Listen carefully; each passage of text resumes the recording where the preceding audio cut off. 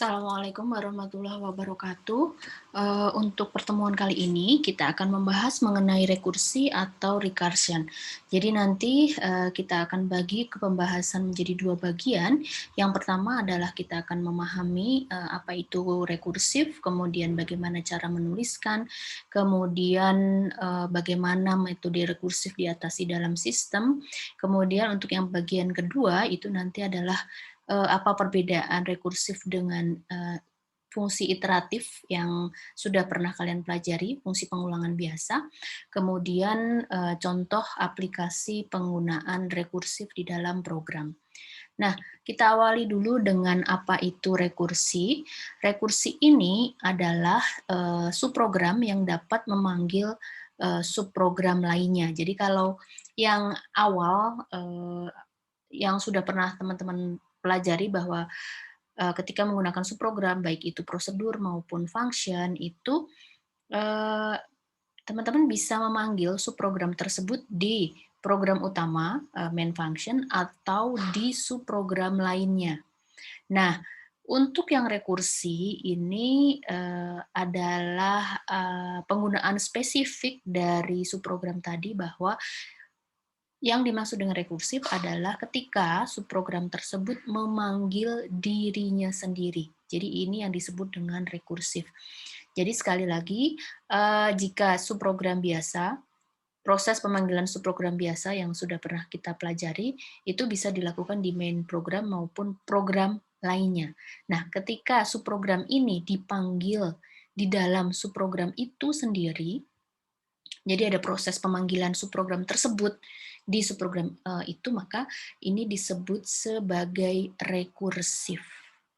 Jadi rekursif ini adalah bentuk spesifik dari subprogram yang sudah pernah kalian pelajari sebelumnya. Nah, untuk penulisan rekursif itu seperti apa? Karena di sini adalah proses pemanggilan subprogram. Nah, berarti bisa dipanggil di dalam prosedur atau function, terus caranya juga sama gitu, sama seperti proses pemanggilan subprogram pada program utama atau subprogram lainnya. Cuman di sini dia akan dipanggil di dalam prosedur itu sendiri atau function itu sendiri. Contoh untuk yang bagian pertama ini adalah untuk prosedur rekursif proc. Kemudian di dalamnya ada pemanggilan prosedur itu, namanya proc. Jadi ada proc di dalam baris-baris program prosedur proc. Berarti dia akan memanggil subprogram proc ini ketika prosedur procnya dijalankan. Kemudian di dalam function juga ini adalah function yang namanya func. Kemudian di dalam di dalam subprogram tersebut dipanggil func tersebut. Jadi cara pemanggilannya sama, cuman proses pemanggilannya itu ada di dalam prosedur itu sendiri atau fungsi itu sendiri. Nah, kemudian untuk pemanggilan fungsi rekursif itu bisa dilakukan secara langsung atau direct call maupun secara tidak langsung atau indirect call. Perbedaannya adalah seperti ini. Jadi untuk yang direct call itu dia akan dipanggil langsung. Jadi dia akan memanggil dirinya sendiri. Dia akan memanggil prosedur atau fungsi tersebut di dalam prosedur atau fungsi itu. Kemudian untuk yang indirect call itu dia eee, melibatkan beberapa subprogram gitu, tapi nanti di akhir subprogram tersebut dia akan kembali ke subprogram yang awal. Jadi seperti ini contohnya. Ah, jadi nanti di M1, di dalam M1 itu dia akan memanggil M2, M2 akan memanggil M3, kemudian M3 akan memanggil M, seterusnya sampai N. Nah, ini kan kalau seperti itu kan seperti proses pemanggilan subprogram biasa. Subprogram yang dipanggil oleh subprogram yang lain. Nah, tetapi untuk yang fungsi rekursif itu pada subprogram ke N, dia akan memanggil subprogram yang M1. Jadi ada proses kembali seperti ini adalah rekursif. Tapi kalau yang di terakhir ini dia tidak memanggil subprogram yang awal, maka dia bukan rekursif gitu. Ini yang menyebabkan rekursif ini karena dia akan memanggil subprogram yang lain, tetapi nanti di akhir dia akan memanggil subprogram yang pertama. Mungkin akan lebih jelas ketika digambarkan seperti ini. Jadi di dalam proc 1 ada proc 2. Ini kan seperti prosedur pemanggilan biasa ya, pemanggilan subprogram biasa yang sudah kalian pelajari sebelumnya. Nah, di dalam proc 2 ada proc 3. Nah, tetapi nanti di dalam proc 3 ini ada proses pemanggilan subprogram proc 1. Gitu. Jadi dia ada semacam perputarannya gitu ya. Jadi ada program yang balik feedback lagi ke subprogram yang pertama. Nah, sehingga khususnya untuk rekursif dengan indirect call ini akan membawa ke sebuah permasalahan gitu. Jadi di sini permasalahannya adalah seperti ini. Jadi tadi kan di dalam proc 1 ada proc 2. Jadi misalkan cuma ada 2 ya. Proc 1 dia akan di dalam proc 1 itu dia akan memanggil proc 2. Sementara di dalam proc 2 dia akan memanggil proc 1. Jadi kayak bisa diilustrasikan duluan mana antara ayam sama telur gitu. Nah, di sini kan berarti ada permasalahan bahwa yang harus didefinisikan terlebih dahulu itu proc 1 atau proc 2. Karena ketika yang didefinisikan proc 1 dulu, di dalam proc 1 itu kan dia manggil proc 2. Jadi kalau proc 2 tidak didefinisikan, maka dia tidak bisa dikenali. Karena kan sistem pembacaan atau sistem eksekusi di dalam Pascal itu berjalan secara sekuensial, secara berurutan gitu ya. Satu persatu yang duluan ditulis itu yang akan dieksekusi terlebih dahulu di dalam main program gitu ya. Nah, sehingga di sini ada permasalahan mana yang harus didefinisikan terlebih dahulu. Kalau misalkan ini tadi prosedur 1 didefinisikan, dituliskan dulu. Di dalamnya ada prosedur 2. Prosedur 2, apa itu prosedur 2? Dia tidak bisa mengenali, tidak bisa membaca. Sementara kalau yang prosedur 2 juga dia akan memanggil prosedur 1. Prosedur 1 itu apa gitu. Belum bisa dikenali. Sehingga sebagai solusinya ketika menggunakan indirect call di dalam rekursif itu menggunakan dummy definition. Jadi di sini kita menggunakan forward, keywordnya forward. Jadi ini semacam tempat gitu ya, tempat penanda flag supaya nanti si compiler itu akan menandai bahwa dia sudah dilakukan pendefinisian, udah dituliskan, tetapi isinya apa itu akan dituliskan kemudian.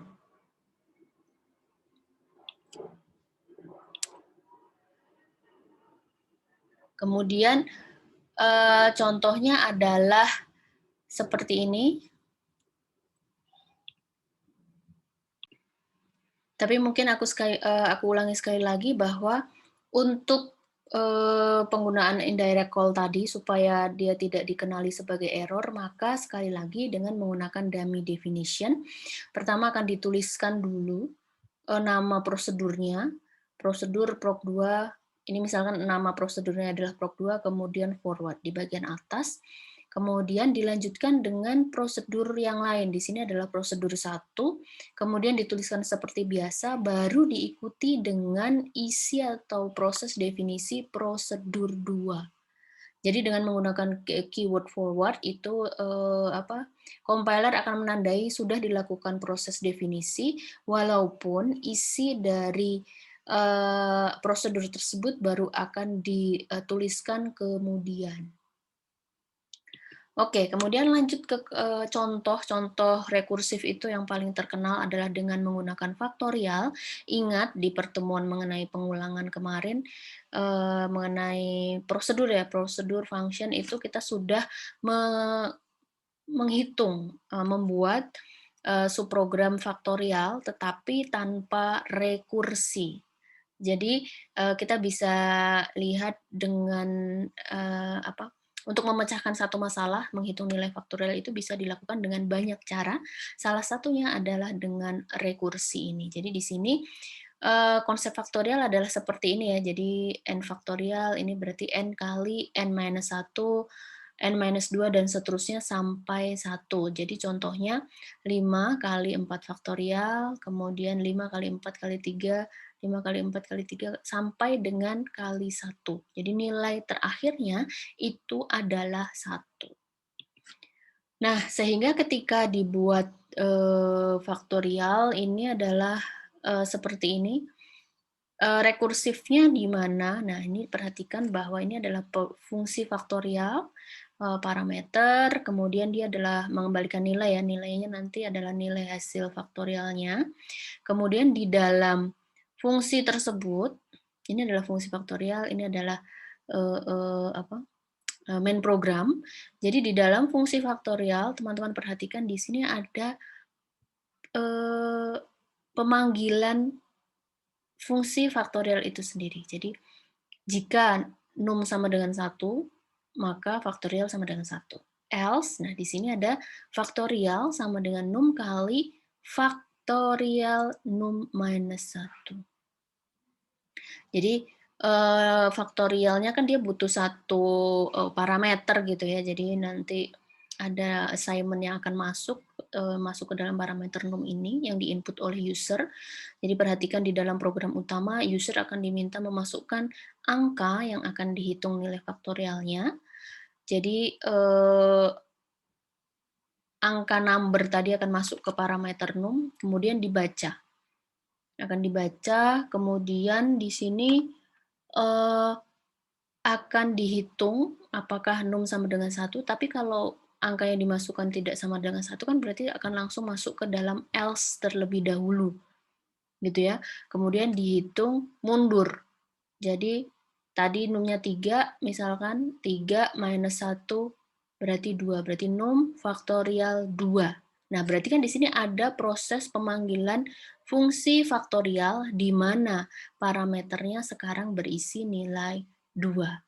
Nah, ini bisa digambarkan dengan lebih jelas untuk yang contohnya adalah sama dengan 3 tadi ya. Nah, ini contohnya adalah seperti ini.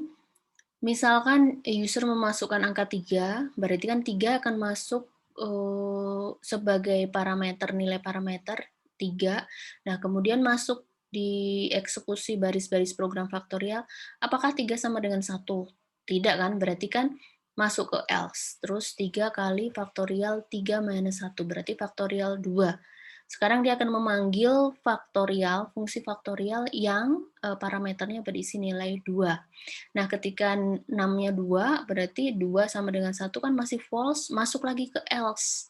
Berarti 2 kali faktorial 2 minus 1, faktorial 1. Nah, ketika numnya 1, berarti kan akan masuk ke faktorial 1, apakah 1 sama dengan 1? Sudah true, berarti faktorial sama dengan 1. Jadi nilai tadi kan udah faktorial 1 kan sama dengan 1. 1 kali 2, 2, kemudian di sini 2-nya tadi dikalikan dengan 3, sehingga hasil terakhir dari proses rekursi faktorialnya adalah sama dengan 6.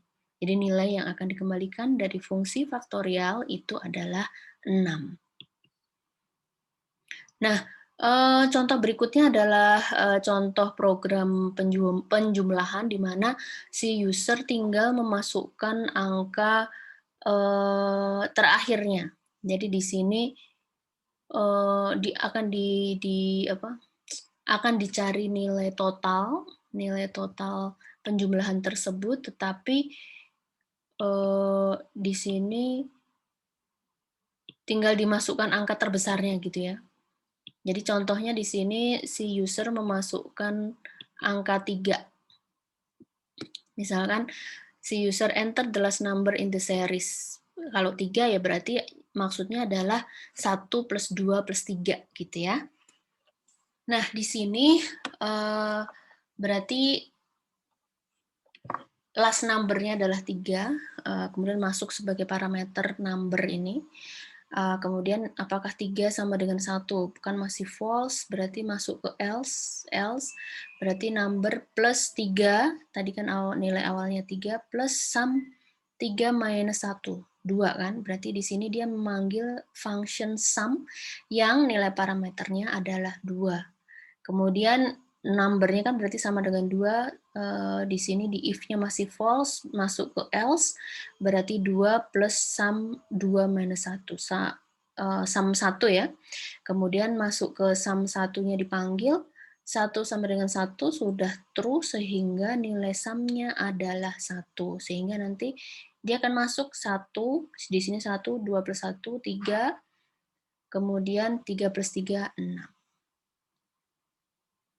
Ini adalah contoh program penjumlahan dengan menggunakan proses rekursi. Untuk contoh lain, contoh program Fibonacci ini juga sama, bisa kalian coba nanti. Kemudian untuk latihan buat responsi, kalian bisa gunakan salah satu dari 2 latihan ini, latihan pangkat bilangan dengan segitiga Pascal, kemudian ditulis dengan menggunakan rekursi. Ini sepertinya sudah pernah semua ya, sudah pernah teman-teman buat, tetapi belum dengan menggunakan rekursi gitu. Nah, kemudian kita lanjutkan ke pembahasan berikutnya. Sebenarnya kenapa sih ada rekursi gitu? Kenapa nggak pakai iteratif atau proses pengulangan seperti biasa gitu? Jadi di sini perbedaannya apa, kemudian kapan menggunakan gitu ya. Nah, sekali lagi teman-teman harus ingat bahwa alternatif pemecahan masalah itu digunakan untuk membuat supaya source mengcoding program itu menjadi lebih efisien gitu. Jadi harus kembali ke tujuan tersebut, sehingga kalau alternatif yang paling baik ya berarti adalah yang paling efisien gitu. Kalau misalkan teman-teman memberikan alternatif pemecahan masalah tetapi malah lebih kompleks, lebih rumit gitu ya. Ini berarti bukan merupakan alternatif pemecahan masalah yang baik. Nah, untuk kembali menegaskan bahwa pada proses rekursi itu terdapat base case. Jadi base case ini kalau seperti di pengulangan itu adalah awalan atau akhiran. Jadi untuk menghentikan suatu pengulangan. Jadi untuk menandai kapan pengulangan itu akan berakhir, nah, ini kalau pada rekursi itu disebut sebagai base case. Nah, base case ini berarti adalah kondisi yang jika tercapai proses rekursi itu akan berakhir. Berarti kan base case ini harus dituliskan. Kenapa? Kalau tidak dituliskan, maka proses rekursi tidak akan pernah berhenti. Nah, ketika suatu proses tidak pernah berhenti di dalam pemrograman, maka itu merupakan error gitu ya, karena berarti kan si program akan running terus sampai kapanpun tanpa pernah keluar dari program gitu. Nah, sehingga di sini kita harus mendefinisikan base case-nya apa. Nah, jika kondisi pada base case belum tercapai atau masih bernilai false, maka akan terjadi proses rekursi tersebut. Jadi ini adalah dasar-dasar untuk menentukan atau langkah-langkah untuk menentukan penulisan dari proses rekursi. Berarti ada base case, kemudian jika base case belum tercapai, berarti di sini bisa dikombinasikan dengan proses seleksi gitu ya. Tadi kalau di contoh faktorial dan penjumlahan tadi dengan if tadi, if else. Kemudian jika dia masih false, maka akan terjadi proses rekursi. Jika sudah true, berarti proses rekursinya akan berhenti. Nah, ini adalah contoh penulisan tadi, if else. Yang paling mudah adalah dengan if else ini. Jadi, untuk menyederhanakan konsep untuk penulisan rekursinya. Jadi if, base case, kemudian return value, kemudian else adalah, nah di sini adalah proses rekursifnya, pemanggilan fungsi tersebut. Ini adalah contoh program pangkat bilangan, jadi kalian bisa gunakan ini untuk latihan. Jadi di sini, fungsinya adalah bernama pangkat, kemudian nanti dia akan mengembalikan nilai hasil pemangkatan gitu ya. Jadi ada 2 nilai itu, nilai pangkat itu kan adalah nilai nilai 5 pangkat 2. Nah, berarti bilangan dasarnya apa, bilangan pangkatnya berapa. Nah, itu maksudnya seperti itu. Kemudian di dalam, base case-nya sendiri itu adalah jika P sama dengan 1. Jika P sama dengan 1, maka pangkatnya sama dengan B. Jadi maksudnya adalah, eee, di sini kalau misalkan dia else, maka pangkat ini adalah B kali pangkat B P minus 1. Nah, yang di sini adalah proses pemanggilan fungsi itu sendiri. Jadi ini adalah disebut sebagai recursive call-nya. Jadi proses rekursinya itu terjadi di baris ini, di baris else.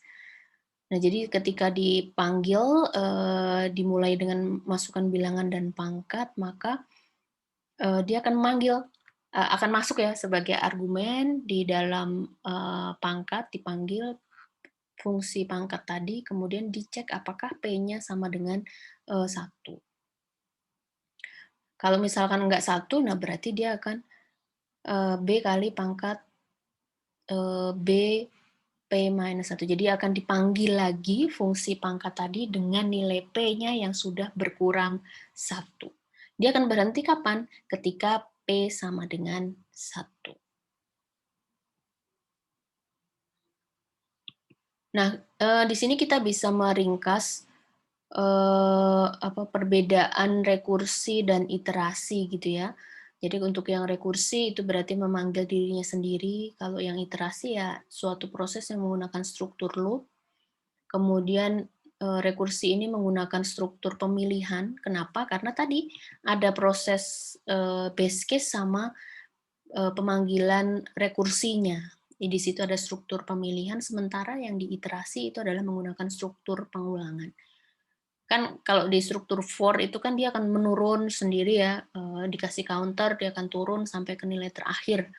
Jadi, nilai yang for itu kan dari nilai awal sampai to berapa. Nah, ketika berapanya tercapai dia akan otomatis berhenti. Nah, sementara untuk yang direkursi itu harus menggunakan struktur pemilihan untuk menandai, base case-nya.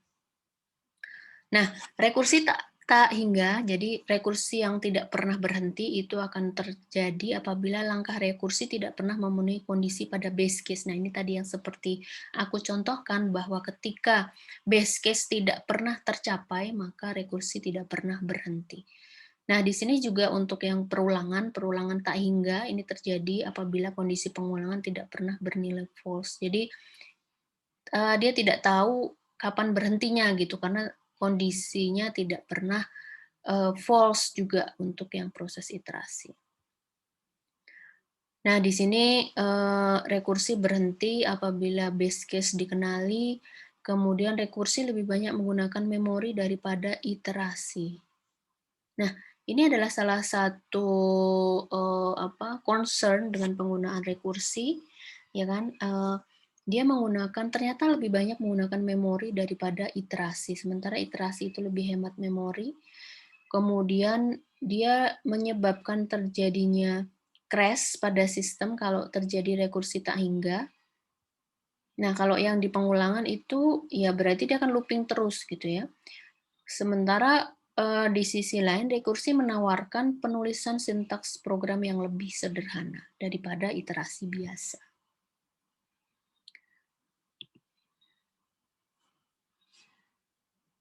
Nah, ini adalah, perbandingan faktorial dengan iterasi dan faktorial dengan rekursi. Perhatikan di sini, untuk yang iterasi banyaknya baris seperti ini adalah fungsi ya. Fungsinya kemudian di sini, ini juga fungsinya sama tetapi di dalamnya dengan menggunakan iterasi. Terlihat bahwa jumlah, baris program di dalam rekursi dia lebih singkat gitu. Jadi, eee, apa kalau yang iterasi ya berarti di sini ada for, struktur for gitu ya. Kemudian ketika faktorialnya ditulis dengan rekursi, dia cukup memanggil fungsi faktorial itu sendiri. Nah, sehingga kita bisa meringkas kelebihan dan kekurangan rekursi. Kelebihannya, solusinya sangat efisien, kemudian dapat memecahkan masalah yang sulit dengan tahapan yang mudah dan singkat. Nah, tetapi kelemahannya adalah sulit dipahami karena teman-teman kan dari awal sudah terbiasa dengan struktur pengulangan biasa gitu ya. Sekali lagi bahwa intinya adalah untuk mencapai proses pemecahan masalah yang lebih efisien gitu. Jadi apa yang mau digunakan, apakah iterasi atau rekursi, nah ini harus kembali ke sana. Terus kelemahannya terutama ini, perlu stak besar, jadi jumlah memori yang akan digunakan itu dia lebih besar daripada proses iterasi biasa. Sehingga ini kayak semacam ada batch gaining antara benefit sama kekurangannya gitu. Kira-kira yang lebih besar mau yang kelebihannya atau kelemahannya. Tapi karena kita sedang dalam proses belajar dan sekarang sedang membahas mengenai rekursi, sehingga aku harap teman-teman akan bisa memahami, paling tidak bisa memberikan solusi pemecahan dengan menggunakan rekursi untuk permasalahan yang sudah pernah dibuat atau diselesaikan dengan iterasi biasa. Nah, kemudian bagaimana untuk teknik rekursi ini dibuat, bagaimana memecahkan masalah menggunakan teknik rekursi. Jadi supaya ini lebih mudah dipahami untuk penggunaan rekursinya. Caranya seperti apa? Nah, strategi yang biasa digunakan itu disebut sebagai divide and conquer.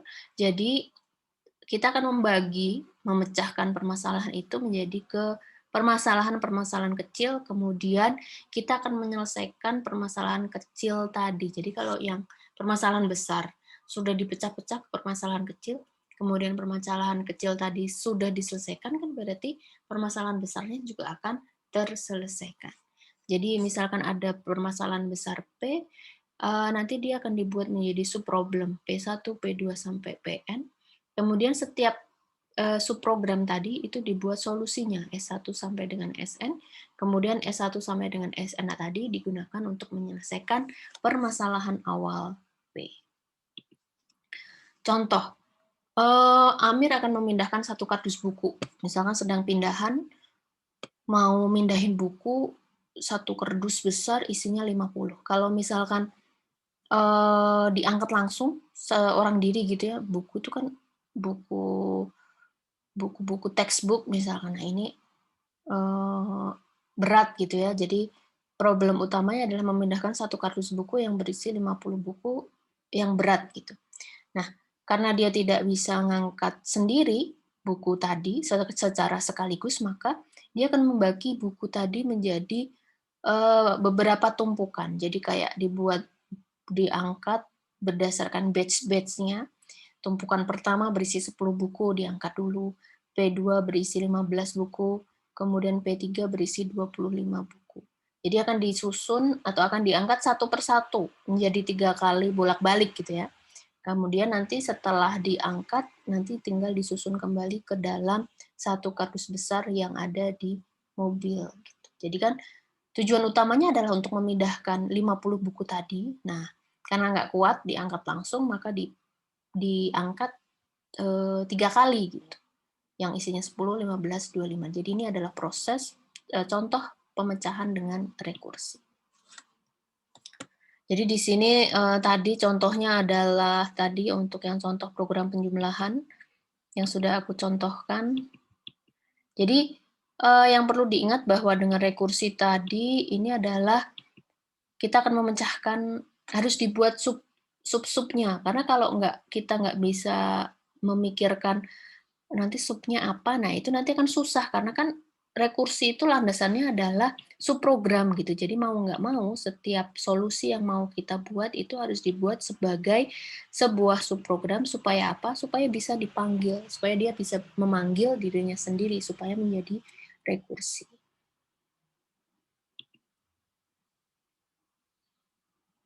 Nah, kemudian tadi ketika teman-teman sudah memiliki pemahaman mengenai divide and conquer tadi, berarti kan ada permasalahan besar dibagi ke permasalahan kecil, kemudian langkah berikutnya adalah menentukan base case-nya.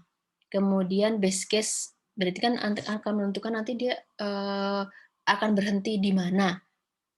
Karena kalau nggak berhenti kan berarti dia akan terus running kan. Nah, kemudian untuk mencapai base case tadi, prosedur apa atau proses apa yang harus dilakukan. Jadi setelah dibagi menjadi subprogram-subprogram, kemudian ditentukan base case-nya, kemudian untuk mencapai base case itu diperlukan proses seperti apa.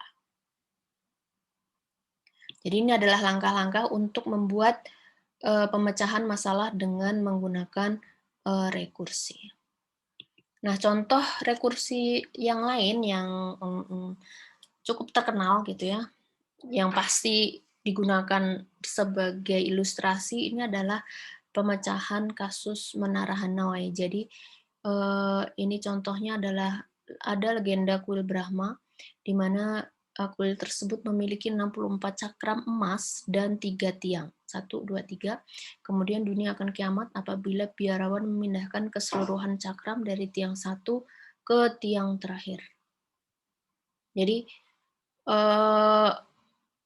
si biarawan tadi akan memindahkan cakram-cakram tadi. Cakram itu apa sih?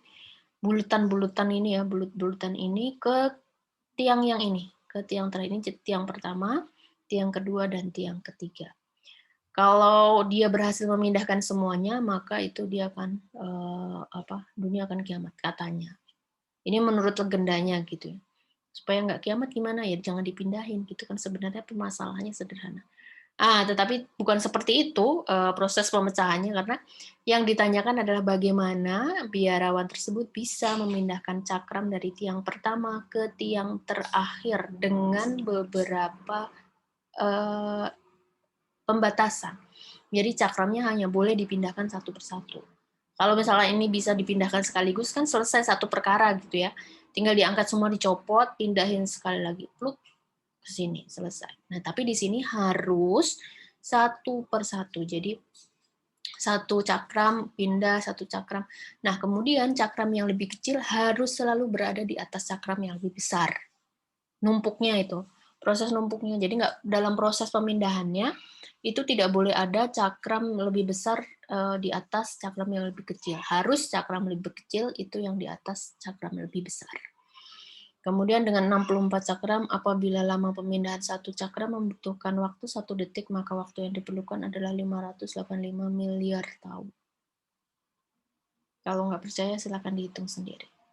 Tetapi kita permasalahannya bukan menghitung waktu ini, tetapi adalah membuat ini, bagaimana cakram tadi bisa dipindahkan dari tiang pertama sampai ke tiang ketiga dengan aturan-aturan berikut. Caranya adalah, ini tadi berarti kan ada tiang kedua ya, yang bisa dibuat sebagai medium gitu ya. Jadi misalkan kita buat disknya, cakramnya itu ada 3 dulu, bukan 64, 3 dulu. Kemudian ini 1, 2, 3, yang biru ini paling kecil, hijau, kemudian merah. Ini tiang pertama, kedua, dan ketiga. Nah, langkah yang pertama adalah yang biru ini masukin, pindah ke cakram, pindah ke tiang kedua, kemudian yang hijau pindah ke tiang ketiga. Tidak ada aturan yang terlanggar ya, karena perpindahannya dilakukan satu persatu. Kemudian yang kecil itu selalu di atas yang besar, ya. Nah, kemudian di langkah berikutnya yang biru ini akan pindah ke yang 3. Seperti ini. Tidak ada aturan yang terlanggar. Nah, kemudian yang berikutnya yang merah yang akan pindah ke yang 2. Yang biru pindah ke yang 1. Kemudian yang hijau pindah ke yang di atas yang merah.